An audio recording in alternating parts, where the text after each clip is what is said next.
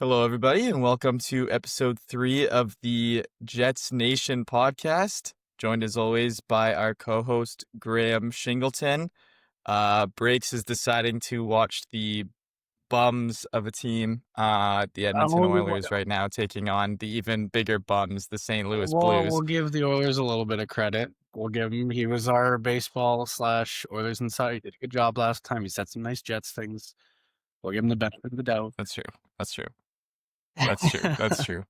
But we will miss him because we do need to talk about that insane Game 7 Insane steering. from the Jays. Insane series, insane playoffs. That's my first time ever watching baseball, and that was one of the most electric games/series I've ever seen in my I life. agree. What did you think of Game 7? Well, there's a lot to unpack. I guess we'll start with Game 6, which, I mean, it's kind of the old tale of, like, if you can't get it done the first time at home, it's going to be difficult to get it done the second time. And I mean, that Game 6 defeat was just heartbreaking. And Game 7, Yeah. city, country, every single person literally that lives in Canada seemed he was fired up, ready to go. And like an all-time game, all-time series, in my opinion. There's, I guess, way too many things to unpack. We'll start with the best moment of the game, which was Bichette's 3-run homer. One of the most cool, where were you moments I've had in a very long time. Well, actually, I would say very long time, but Perfetti's 2-second game tying goal was probably as good or better. Well, Fair. unbelievable 3-run home run, puts him up, and then from there, I honestly don't even think the bats fizzled out. I think a lot of it was just leaving runners in scoring position, which sucks, but that seemingly is kind of what killed us. I think I saw a stat at the Harp, but I think Varsho went 0 for 9 with runners in scoring positions in the last 2 or 3 games of the series, which is always tough to do. But seemingly, I don't know if the air went out or what happened, but obviously comes down to the 9th, where that second baseman Miguel Rojas comes in. And again, from what I've learned, he homers once out of every 60 or 70 at bats and was playing through an injury. So the fact that he hit that home run is not only insane in itself, but the fact that he was also essentially the Game 6 hero, settling it at the end. I mean, Kike Hernandez made the catch, but yeah, crazy. 1 in a million chance that he actually hits that home run, ties the game. And then Will Smith bomb, top of the 11th, and Jays get so damn close. Kiner Falefa is a millimeter from touching home before Will Smith gets his foot on the freaking bag. I don't know, man. It was literally everything you could have ever asked for in a Game 7 of any sport, minus the outcome. Yeah. Minus the outcome. Yeah. So it was tough. It was. I spent a couple minutes on the floor wondering and Yeah. sort of. Do you Yeah, I don't know. do you think it's like a Toronto curse? Because I mean, No. end of the game, Vladdy what was it? broke- Bases loaded. Vladdy- They have a chance. Vladdy broke that when he wore a Matthews jersey to Game 7 in the ALCS and won, which is insane. And then I don't know if he meant to do it, but he wears a Marie-Philippe Poulin jersey, which is literally the Captain Clutch, one of the best female hockey players of all time. I don't know. And nothing makes sense, man. Nothing. They got a fly buzzing around here. Yeah. It's tough. Is it? Yeah. Honestly, I wanted Toronto to win. I was pretty heartbroken to watch it unfold like that. I would have been sad regardless, but just with the way it ended, it was really, really sad to watch. Is it bad that a 1% of me is a little happy about it because I hate Leafs fans so much. No, that's very fair. That is very fair. A 1%, a 1%. They're Canada's team. I wanted them to win. It's like the same as the Raptors in 2019 when they won their championship. Like I wanted them to win, but I think it was just like I it was. do not like Leaf fans. That's fair. That's very fair. I Sorry. think, I mean, first time in 32 years they get there since winning back to back. Again, from what I've seen, there's a lot of free agents. Bo might not come back. A couple of starting pitchers might not come back. So I don't know if it was like a last hurrah or if they'll run it back or if they can sign everybody. But it is seemingly like one of those moments that like it's going to be, I mean, it's obviously tough to get there. They haven't done it in 32 years, but it's going to be really, really tough to get back. I think like preseason odds already Yeah. came out and they're like plus 2,000. They're like 10th or 11th best odds to win it all. So they're already getting disrespected, but who knows? Who knows? Unbelievable game, That unbelievable series. sucks. Just Yeah. absolute terrible ending to go home for the last two and not be able to get it done. That's really shitty. Yeah. Speaking of contracts and stuff like that, how are you feeling about like people saying that the Dodgers winning is the worst thing that could possibly happen to the league? Are you like they need a salary cap in baseball, or are you just I don't know. how are you feeling about all I that? mean, People I saying look at that. it basically like, well, in a lot of sense, if I can kind of make the comparison, it's like Formula One. Like basically, the big dog teams have the biggest budget, which means they get the best car, which means they have the best chance to win the championship every year, and that's just kind of the way that it goes. I mean, with baseball's soft cap, it's essentially just which owner wants to spend the most money and pay the most luxury tax. And if the Dodgers owner wants to do that in order to win back-to-back championships and sign arguably the best player in baseball history, then I mean, good for them. Like that pitcher that won freaking the World Series MVP, Yamamoto. He signed like I think it was a 12-year, $325 million deal, and the next closest was the Yankees at 10 years for 300 million or something like that. So like whoever spends the Yeah. most, because you can spend the most, wins. And I mean, for unfortunate small market teams like our Jets, it's just tough to get big guys there, especially in a soft cap. But I mean, in terms of ruining baseball, like I don't know if I'm knowledgeable enough to have an opinion because I mean there are smaller market teams that have won it. So I don't know. I don't think it's ruining baseball because like I mean, maybe this is the bandwagon in me, but like if they weren't playing the Jays, like you love to see the good guys win. Like, I mean, Otani is literally probably the best player to ever grace the game. Like, I don't think, well, maybe Babe Ruth was, I don't know, but I don't think he was striking out 10, going 6 innings and homering 3 times in the same game. But I mean, that's just the way that it is. And as much as I also hate to admit it, like I would really like to see Connor McDavid win a Stanley Cup. I just don't want to see Braco win a Stanley Cup. So it's tough. Yeah. Yeah, fair enough.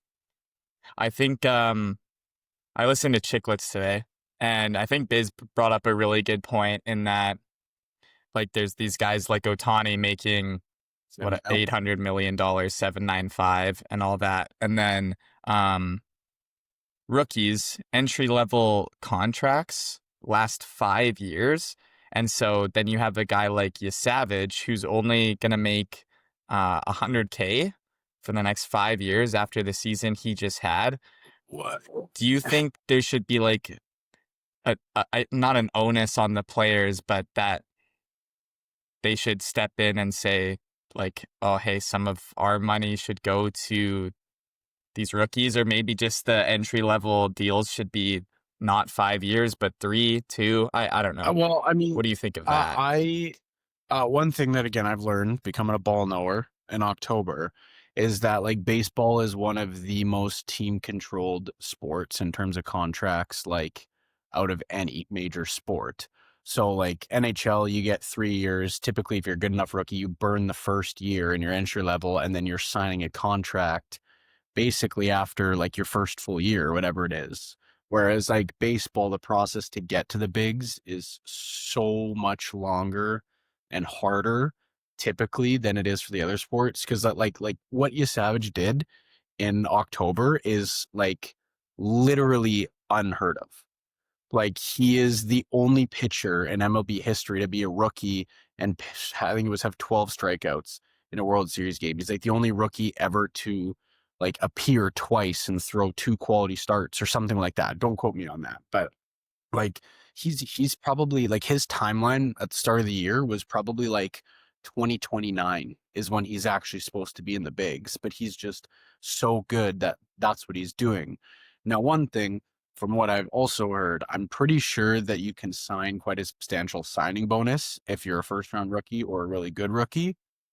So yes, you Savage making like 57 grand the entire year. He was probably pitching in front of more people than he got fucking paid this year. But like, I'm pretty sure he has like a $4 or $5 million signing bonus, like in maybe like at the start of next year or something like that. Probably a clause if he makes it to the big leagues. But that's like Okay. an NHLPA, that's like an MLBPA type thing that I assume coming up, if and when they probably want to try to negotiate, is to get the team control down to whatever it is, 3 years. Because like guys like Vladdy, who have been playing like unbelievable baseball for like 4 or 5 years, just got paid. Like Vladdy just finished his entry level deal, I'm pretty sure at the start of this year, and he's been in the big, same with Bo for like 4 or 5 years now. So it's just weird how it works, but it's just because baseball's timeline is so much further. That's Yeah. crazy. Yeah, So that's wild. yeah, I Hmm. don't know. It's all yeah, Interesting. but there's so much like to know about that. There's so much more like analytics and stats in baseball than any other sport. It's mind-boggling the stuff that like that comes about. But yeah, Yeah.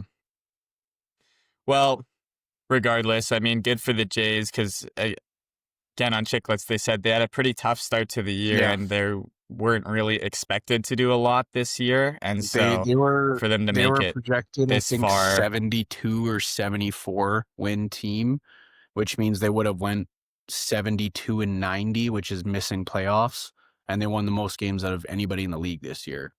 So yeah, like they overperformed out of their ass. yeah, that's Yeah, crazy. Yeah. Well, good for them. That was one of the greatest sporting event. I Like I agree. hate baseball, and that was some of the most like I was very excited to watch Yeah. that. So yeah, it was a heartbreaking finish. Like seeing Clemens crying and just being so proud of the boys and stuff at the end was like, oh Mhm. man, like, and then Guerrero's in the dugout crying, looking at the guys and or LA win the title and stuff. It's like, oh man, Actually, brutal to I watch, do have a but question for you. I've been seeing a lot, like on my For You page, a lot of like the Jays' wives commenting and like Dodgers' wives, where they're like whenever they make a caption, they're like, "We were so happy with the Dodgers this year, and we are so excited for our world champ or our World Series win." And like, and we, is that not a little weird? Like, like, the why are the wives? the wives of the Like, players, are you cut out oh, there? The the wives? wives are making like posts, and it's like, here for example, I'll pull one up. I'll pull one up. I think it was like Blake Snell's wife or something. I gotta read the caption to you because it's like it sounds like she was fucking pitching in the game. I mean, I don't know. The wives help out too, you know. Someone's got to take care of the kids at home so that they can go off and do their job a I hundred, however many times a year. Um, I don't really mind them saying that. I don't care too much. okay. Okay. I just wanted It your opinion. depend. You'd have to show me the clip because maybe she took it a little too far. No, I can't remember. Was it Glasnow?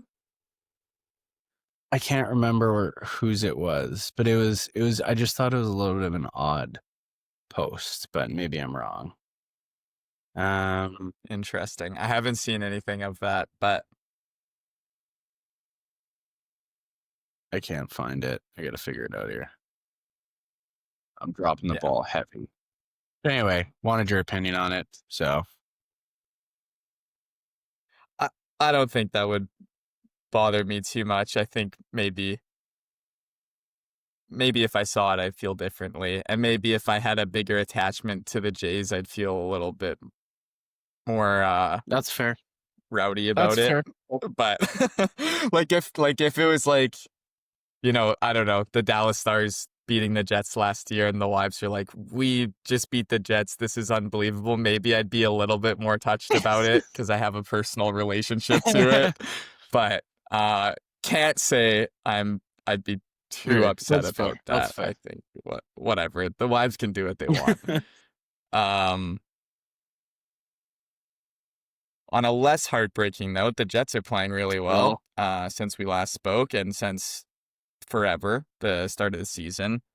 Yeah, I mean, I think I'll just go through the entire week and then we can just talk about the Jets as a whole. I don't think there's really too much to talk about. I'd love to talk more about that Pittsburgh game because that was a big one and there was a lot of big storylines from that. But Chicago, we won that game 6-3. Velarde, Scheifele, and Connor all had 3 points. Velarde had 2 goals.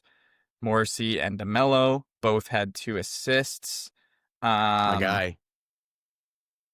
Unreal. Yeah, DeMello played really well that game. He had that really nice pass to Velarde in the slot to get his second. Burakovsky also scored a very nasty goal between the legs, going through not only his own legs, but Stanley's as well. Stanzilla. I won't even blame that on Stanley. Well, he tried to tie up his stick. I thought he had good position on him. He didn't anticipate that he was going through the legs on that one, so whatever. That was just a nice goal. That was also the game that one went off the stanchion, and yeah, that was into the net from Teravainen. That was a wonky one. Teuvo Teravainen. Yeah. That was a bit wonky. Couple like that in the Minnesota game too. There was one that went off the back glass and into the net, but whatever. Regardless, 6-3 win. It seemed like men amongst boys that game. Like we were just the bigger, better team. And then on Saturday, go ahead. Quick note, we can get back to it. But what I was going to say too is before that, typically for those games, again, the lesser, we'll call them B tier, C tier teams of the league, which right now are, the Blackhawks, the Sharks, St. Louis, whatever you want to call it. Typically, those games are just the ones that you expect to win. However, unless my math is wrong, I'm pretty sure Chicago is 5-1-1 coming into that game. And I follow a couple hockey accounts, and they've got Spencer Knight as a top 5 Vezina candidate right now, which I don't know if that's insane, but I mean, hanging 6 is pretty damn good. But again, our first line is just lights out. So I'm gonna leave it there. Just continue, and then we can go back to it. That's very interesting. I mean, it's 10 games into the season, but he's a really good goaltender. And I mean, yeah, that game, honestly, like as much as I say men amongst boys, I more so mean our first line just absolutely dominated them every time they were on the ice. But Chicago almost came back after that through the legs Burakovsky goal. It was a 5-3 game. They were just about to pull the goalie, and then Connor came in and roofed a short side backhand, which was absolutely disgusting. Did you see the Instagram where he's like, oh, split the D, roof, daddy, no. One with the sound? No, I didn't see that. You did? Oh, No, I didn't see that. That's funny. I gotta play this. Hold on. This one I'll know where to find it. I remember they put I remember they put that on one of Connor's goals like 3 years ago, and then they just showed that on Bar Down because Jesse was doing a try not to laugh challenge, and most of the guys actually laughed at that one. Velarde was killing himself. Very, very funny sound bit. But no, I didn't see that. Was that on the Jets official I'm page? almost positive it was. Whoever is running that Jets social Is media doing account a needs a really raise good because he is job. doing a great job. That picture of him at the Jays game saying nobody here knows I'm Jets admin is I know. hilarious. I thought that was so funny. Yeah, whoever is doing the Jets social media needs a Maybe raise. it was Bar Down that posted it. Okay, it might have been. But How many days ago is it? also I watched that Runaway that the Jets do too. That documentary just I came out actually, a couple I days really like ago, and those those. are Yeah, awesome. I really I like love those. I really wish they would promote those a bit more. I'm shocked more people don't watch them, but I think they do a fantastic job with those as those. well. Speaking of The, social the media production and on them is fantastic. yeah. Okay, where is this?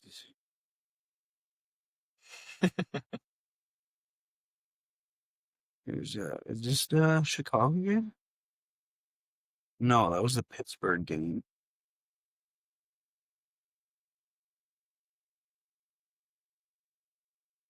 I guess just while you're looking at it, I thought Bedard looked really good. Speaking of it being like a close game, he had a few really good Oh, chances that he could have easily put away.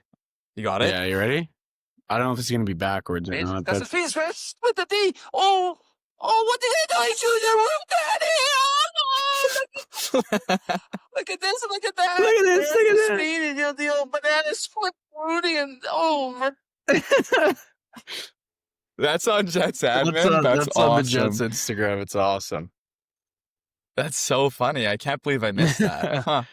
Feel like I've been keeping up with a lot of their stuff, but that sound will never get old. That's always going to be funny. Ever. Oh, he's put. Jesus, that's the face first with the D. Oh, what the heck are you doing? Daddy? Oh, look at that. Look at this. Look at this, look at that. That's awesome. Look at this. Look at that. Oh my God. That goal is gross from Connor there to put the game away. Such a beaut. But yeah, I thought Bedard looked really good in that game. He's obviously had a really good start to his season too. I think he's got 12 and 10, something like Yeah. that. And he had a few really good opportunities in that game to score. He just didn't really find the back of the He looks net, a lot more like. which he usually does against Yeah, us. he looks a lot more comfortable. I mean, also, like, Yeah. I mean, his talent is Yeah. just through the roof, but he just looks very comfortable now, you know?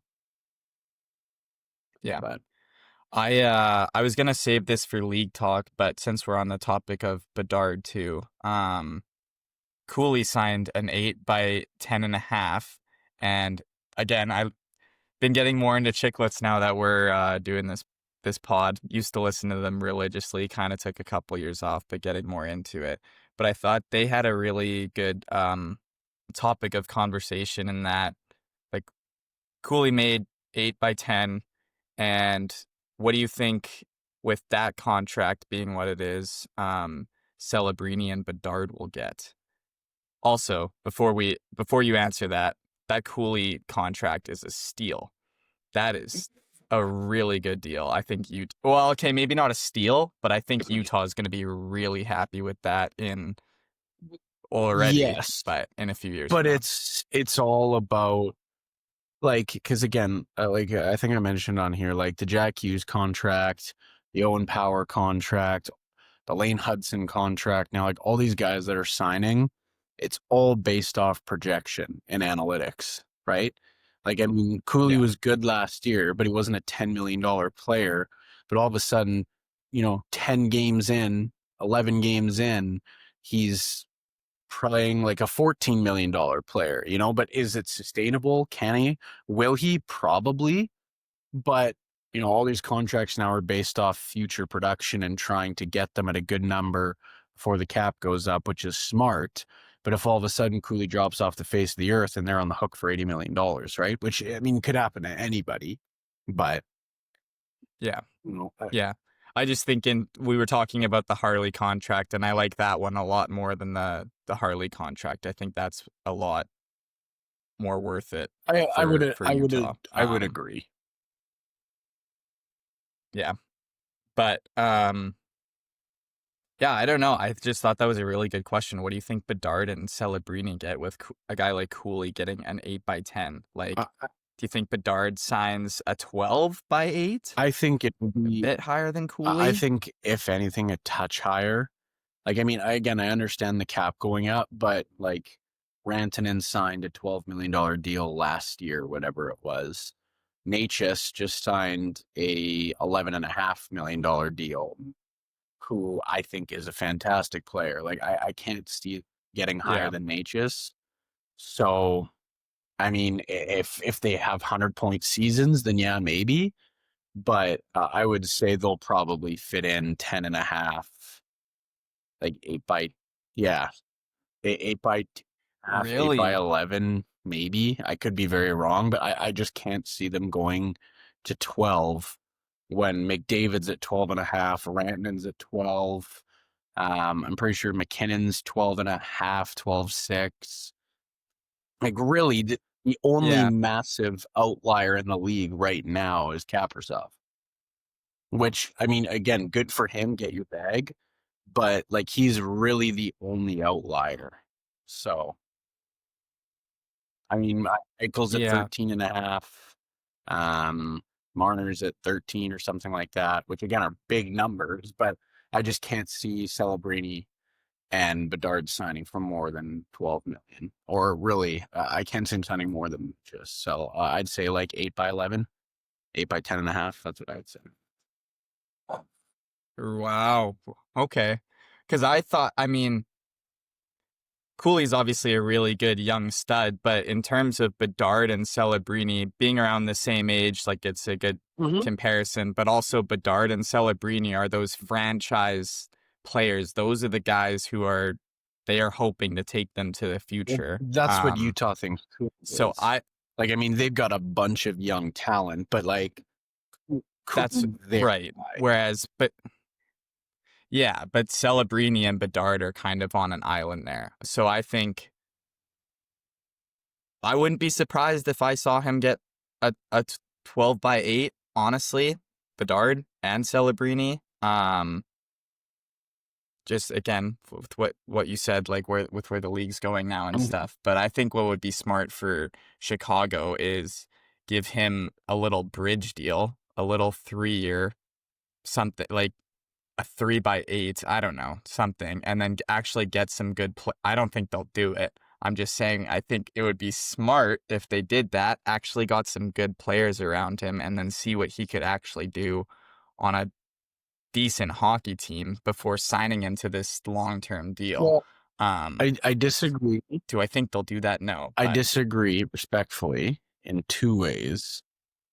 One is, I think that a big mistake which may contradict myself, but I'm not against it, but I think that the one mistake the GMs do is that if the analytics are there and the projections are there that this player will turn into a quote-unquote superstar, you sign him to that long deal and you take the risk. Because, again, with the cap going up, if you sign Bedard or Celebrini to a 3-year deal at $8 million, and then all of a sudden they're hitting their prime when the cap's at $115 million, they're now going to command $20 million, 3 years. Compared to, again, if your projections play out, then you have them at 10 million or 11 million for the next 5 years still. The other thing is that I think, like, the Blackhawks are still barely at the cap floor. Correct me if I'm wrong. I think that by adding, like, whatever it is, 11 million to Bedard, I think they're still going to have a bunch of space to go out and get players. I think it's just a matter of who's available and what can we bring in that will complement Bedard's game. Like, I think those are out Yeah. there, but then again, with the cap going up, your third line player now makes 5 million instead of 2 million, So it's kind of give and a take, but But yeah, I guess where I was coming from in that comparing Bedard and Celebrini, I think if you were to give one guy a 12/8, I'd almost rather give it to Celebrini right now because in his first 2 years, he's actually proven himself, whereas I don't know if Bedard necessarily has. I think he's put up 60, 70 points all by himself, but Celebrini is all by himself, and was he not a point per game last year? he was. So that's just sort of where I'm coming from in that. That's I think fair. Celebrini's proved himself a lot more than Bedard. But That's fair. I also do think that Bedard had a lot, like Bedard had McDavid hype coming into the league. Celebrini had for sure, Jack Eichel hype, 100%. which is still very high, but it wasn't like generational type of hype. So it's always hard to live up to that. And Bedard, like I think he went 61 his first year, 67 points his second year, which are still great numbers. That's unreal. It's just not it's just not what McDavid was, which is the comparison pretty much.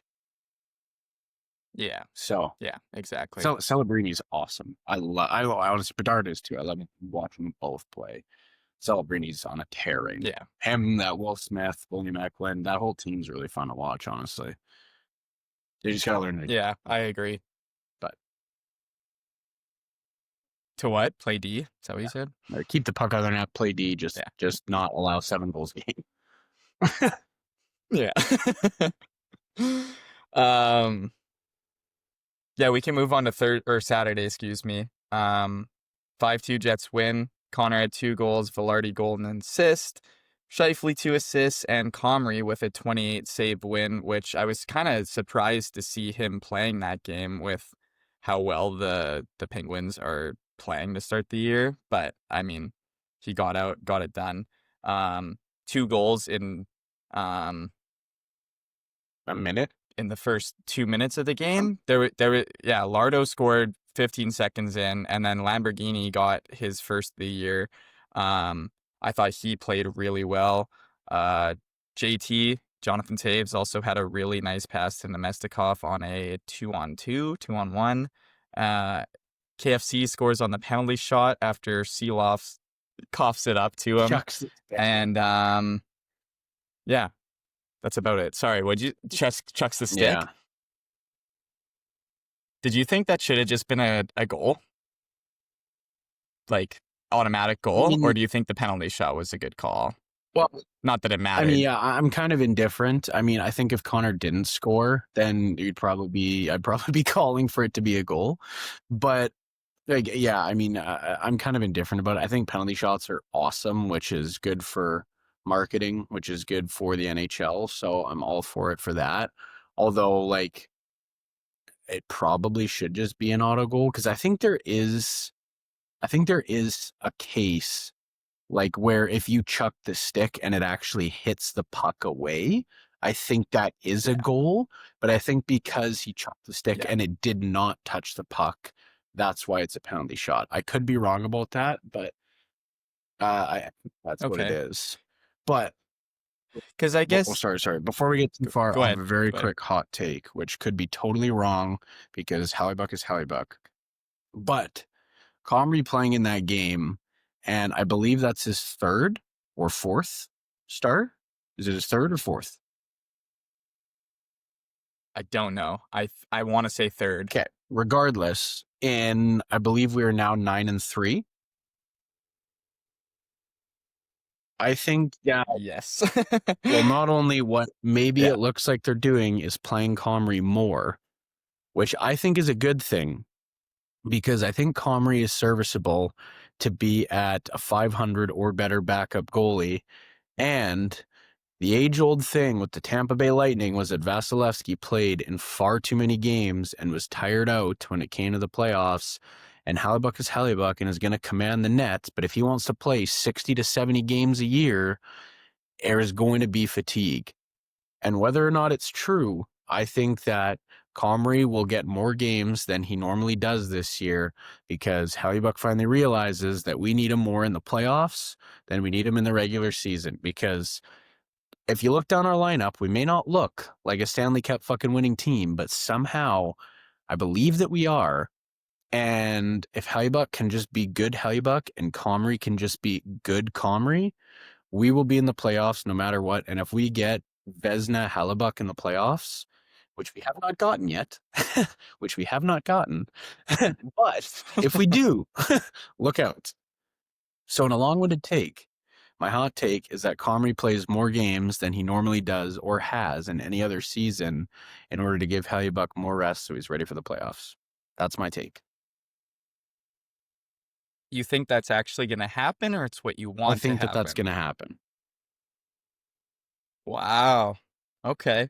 To answer your question, Comrie has 4 games. To debunk your hot take, I mean, Hellebuyck has 9. So, well, I guess that is just under half. And Comrie did play 2 games in a row, if I'm not mistaken. He's played a Calgary. He's played Pittsburgh. He's played did he play Seattle and Calgary? no, Seattle was. Is that right? Did he play Seattle? No, Hellebuyck played Seattle. I think he did. No, Hellebuyck played Seattle. Okay. He only had because Hellebuyck only let him Okay. 1 goal. We lost 3-0. But still, I mean, it's early. But Comrie getting 4 games out of 13 is what is that? That's I guess just under 30%. Which I think is I think he typically gets less than 30% of the games. So anyway, I don't know. Maybe I'm wrong, but I would also like to see that happen. But I do think it's going to happen as well. I think you and most Jets fans would absolutely love to see that happen, just to see if it would actually work and if that's actually the problem for Hellebuyck being not Vezina winning Hellebuyck in the playoffs, or if it's just all in his head. Because there's a case to be made that it had nothing to do with him being tired last year. It just had to be like he was in his head about away games because he couldn't get it done there. I do think that getting out of that first round last year is unbelievably big for the confidence. Unbelievably big. And I literally don't give a shit if it takes us 4 years to get there and we progress from the first round to the second round. Then this year we get to the third round and then next year we get to I don't care. But I think that round winning or winning that round, is huge for us. I also think we had the hardest first round match. Yeah, 100%. Out of anybody, but that's another case. 100%. Which is funny looking at St. Louis now because they're just having a terrible start to their season. Kind of love to see it after what they did to us last year. Well, I guess or what they gave to us last year. But yeah, you know what? I would love to see that happen. I think the majority of Jets fans would love to see Hellebuyck get a few less games. But also, knock on wood, because we're also 13 games into the season, so let's not say we're going to make the playoffs yet with the division we're in. But right now it's looking really, really good, and it's looking really, really hopeful with Lowry coming back tomorrow. Perfetti and Sandberg seem to be nearing their return. I know Nyquist and who's the big one?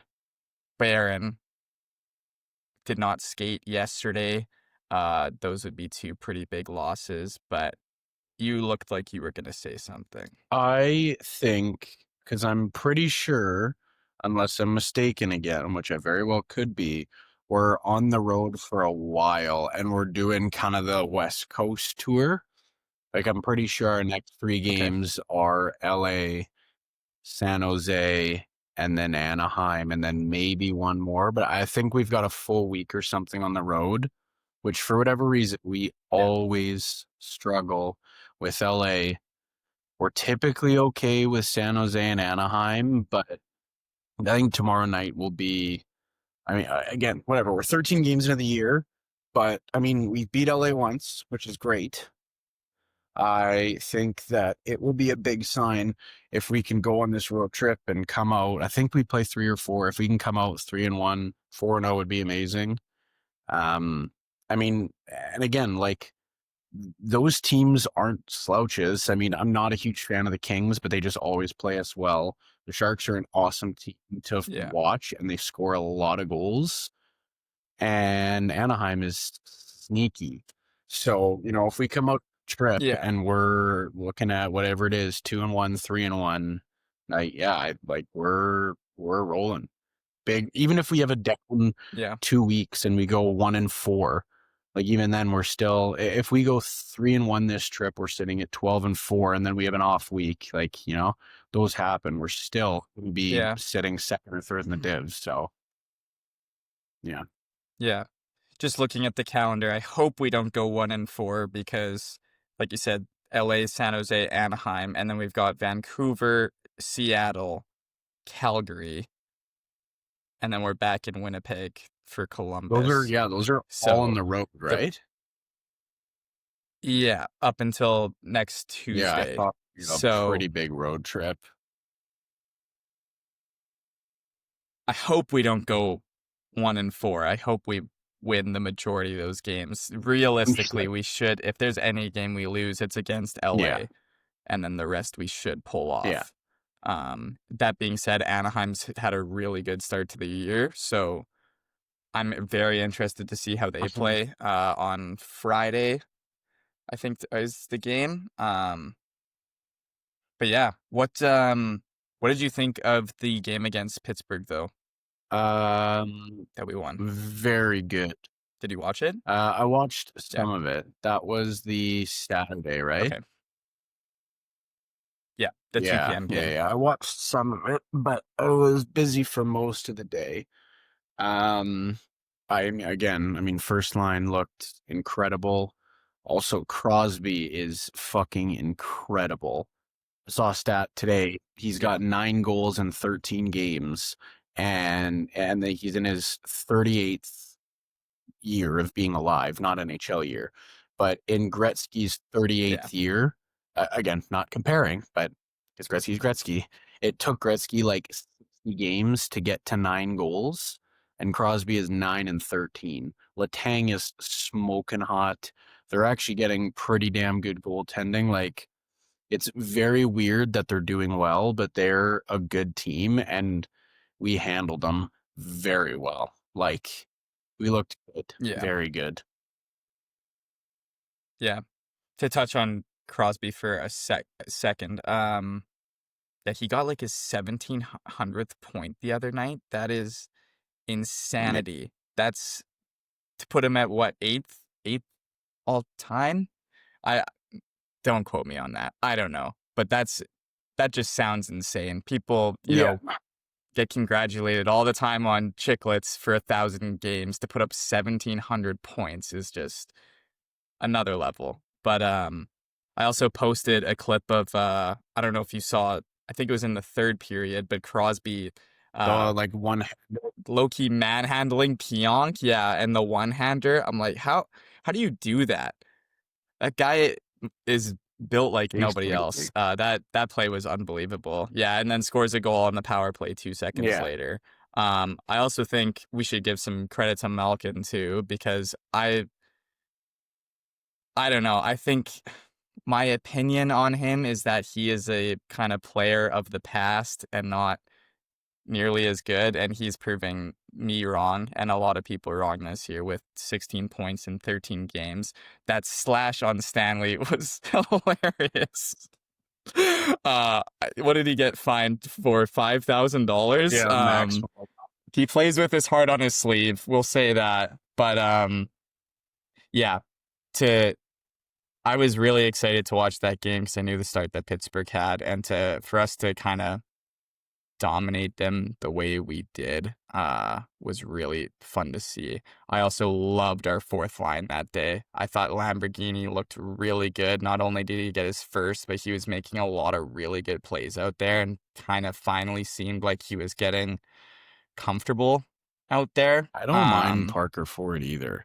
I like. No, he played really well too. I really like it.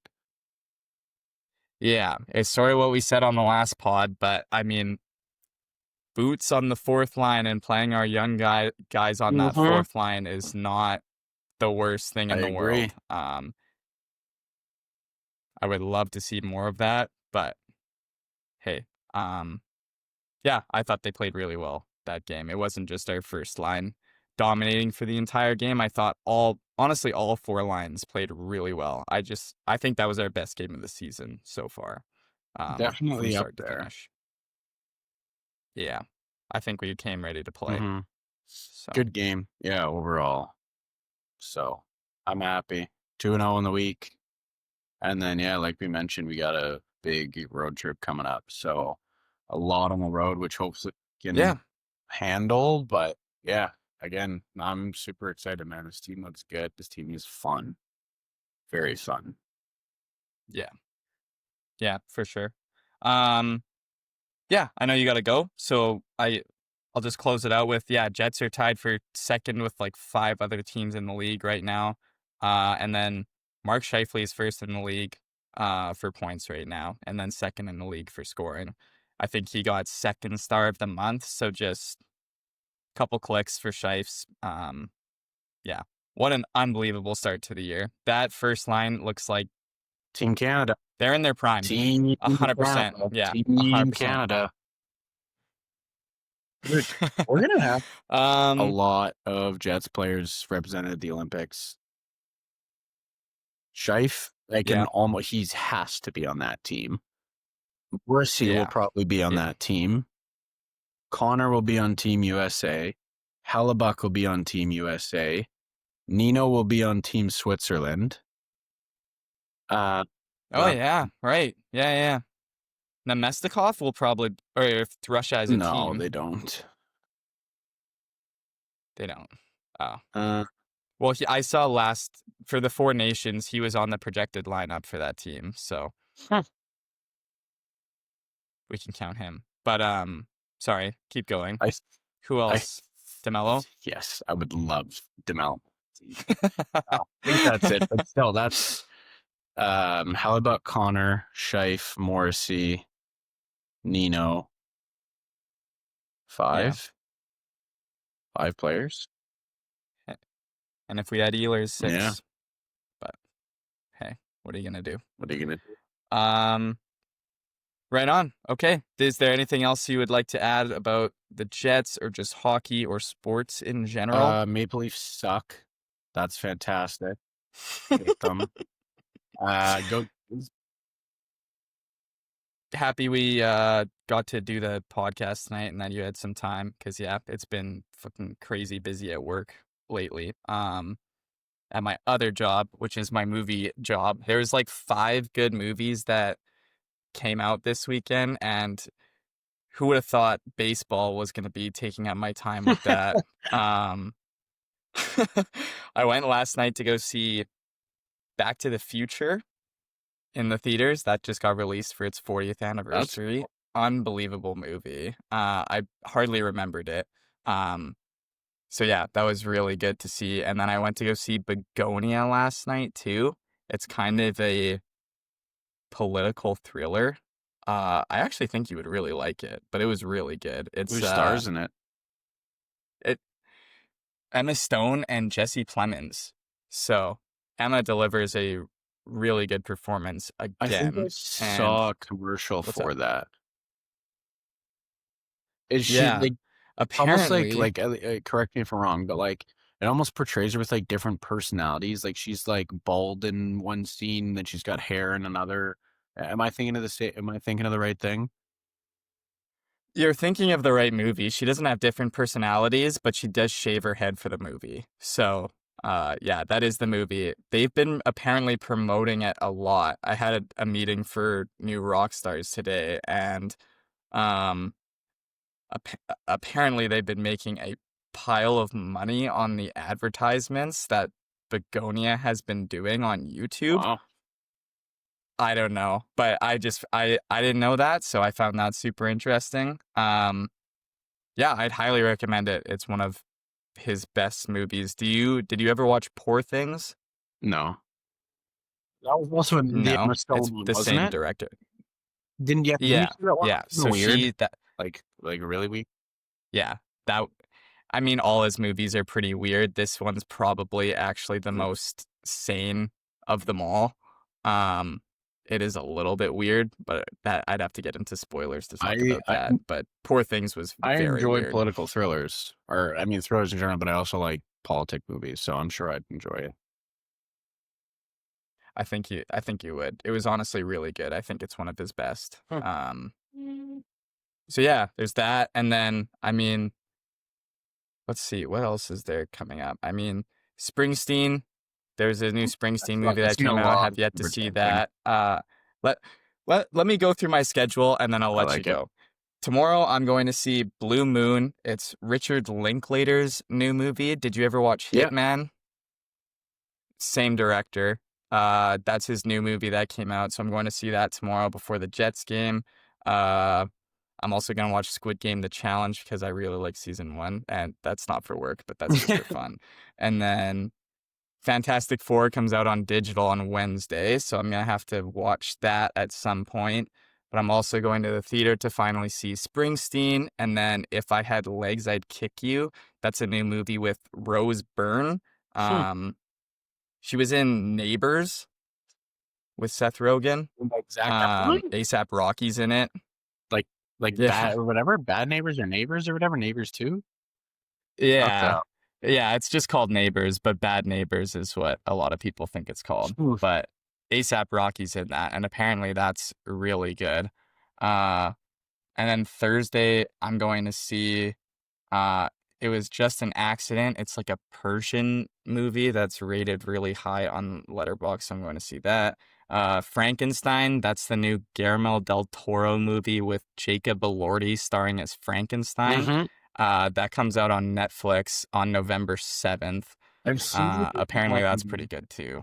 what is it on Twitter? Like set photos. I've seen set photos of him in costume or whatever and makeup for that. So I've seen a little bit of stuff of Yeah. Yeah, I imagine he spent a long time in the makeup chair for that one, just based off the prosthetics I've seen for that. But yeah, apparently that's pretty good. So you got a going to see that, and then Yeah. there's, dude, it's a lot. And at some point too, I have to watch. Well, I'm gonna try to watch all the Predator movies for work too, because the new Predator Badlands movie comes out. I just watched the first Predator today. That trailer is terrible. I had it on while I was on my computer. The Yeah. Predator Badlands. Yeah, it looks really good. Yeah. It looks really good. So, anyways, I just wanted to go on my little movie rant there, just for shits and giggles. But yeah, We'll make it a staple. I got a crazy busy week. We'll so. make it a staple. Next week you can tell me all about how they were, and then we can talk about the new ones you're going to see. Sweet. Oh, okay, last thing, because I know you have to go. Did you watch Chad Powers? No, but I've also seen an unbelievable amount of good reviews for it. Like not only like jokes and comedy, but like writing and acting. That is it on Apple TV or Prime? It's on Disney. It's on Disney? It's on Disney Oh, Plus. okay. Yeah. I will. Yeah. I'm Apple TV. definitely gonna watch. Well, yeah, I'm definitely gonna watch it. It was Apple TV would be a good guess because it's a lot like Ted That's what I Lasso. thought. I honestly don't know which one I like more. It's that Wow. good. Like, I loved Ted Lasso, but Chad Powers I find a lot funnier, and it's also like it's got the same tone, and it's really heartfelt too, and it's football instead of soccer. Not that that really makes a difference for me personally, but Glenn Powell's really good Yeah. in it. Watch episode 1 and you'll be hooked. It's Yeah, really I'm funny. gonna. And I've it's seen a really lot of good. good stuff about it. So I'll report back in our next Yeah. one with how well I'm doing on it. Hopefully, I'll get to it a bunch. But Okay. I have really wanted to see it. Okay. And then I promise, last one. Are you into horror stuff at all? I promise, last one. I promise. Are you into horror stuff at Can't all? do it. Not Can't do it. really. Did you ever watch the It I movies? did, but I didn't sleep for about a week after. So Okay, then don't watch the new series because it's fucking crazy. Yeah. It's batshit nuts. Yeah. Are you ever gonna watch it? probably Maybe. not. I'll save it for next week. Maybe you can like Yeah. check it out or something. But like episode 1 is insane. So, anyways, that's everything I'm watching right now. Crazy. How is Game of Thrones? Is that what you're watching right now? I'm like, I'm in between it. I've just been watching a bunch of sports. And my evenings now is always, I'm always doing something. I was building a drying rack tonight, which was very fun. I'm currently drying clothes on it, so that was great. Good use of my time. But for whatever reason, in the evenings, I just like, it's probably a shitty excuse, but I literally don't have time to sit down and watch like 2 hours of a show or a movie. So I've been watching obviously a lot of sports, a lot of Jets, baseball, football, of course.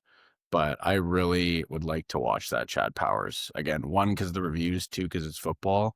But like literally, it's almost rare when there's like actually good, genuine discourse online about a TV show, and it's not just a bunch of like people hating on it, especially for like a corny, because obviously like Chad Powers is based off that whole Eli Manning joke when he did that at Penn State. Like, and the fact that that's actually turned into something which is like good TV writing is hilarious. But that's like, I feel like that's so rare when like a joke like that actually turns into a really high quality TV show. So that's definitely something I want to check out. But Yeah, definitely check it out because it's also like reason number 3. It's an easy watch. They're all like 20-minute episodes. Oh, So really? you can easily get through that. But yeah, like I it's short. thought they were so like 40 minutes. Oh, that's even. Then I'll try to freaking watch that. or pretty. Now I'm second guessing myself. I'm pretty sure they were all 20 minutes, but it's like only 6 episodes too. So, anyways, yeah, definitely watch it. It was really good. Oh yeah. But I'll let you go. I know you got to go. I know you got a busy schedule, so appreciate you for hopping on the pod. Yeah, love you, brother. I'll talk to you next week. Always a pleasure. Always a pleasure. Love you, brother. Take it easy.